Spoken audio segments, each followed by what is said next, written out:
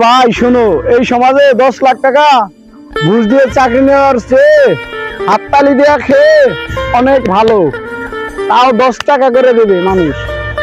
সমাজের চাকরি নিয়ে, এই সুদের টাকা দিয়ে চাকরি নিয়ে তুমি বড় লোক হয়ে বাড়ি গাড়ি বানাবে, মহান আল্লাহ তাআলাকে কি জবাব দিতে হবে না রে ভাই?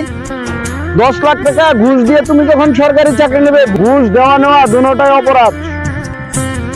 তাই বলছি ভাই, এত টাকা দিয়ে চাকরি নেওয়ার চেয়ে হাততালি দিয়ে খাইলে মানুষ সম্মান। তুমি যদি 10 লাখ টাকা দিয়ে চাকরি নেওয়া, তাহলে গরিব কি করবে, মেধাবী কি করবে?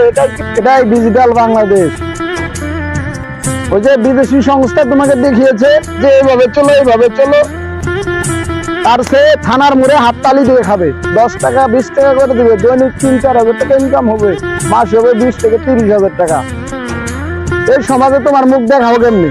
10 লাখ টাকা দিয়ে চাকরি নিয়ে দেখাও ফুটাঙ্গি, বড় লোকের ছেলে ভাবো, নিজেকে অনেক বড় মনে করো যে আমি সরকারি চাকরি পাইছি, আমি অমুক মন্ত্রণালয়ে চাকরি করি।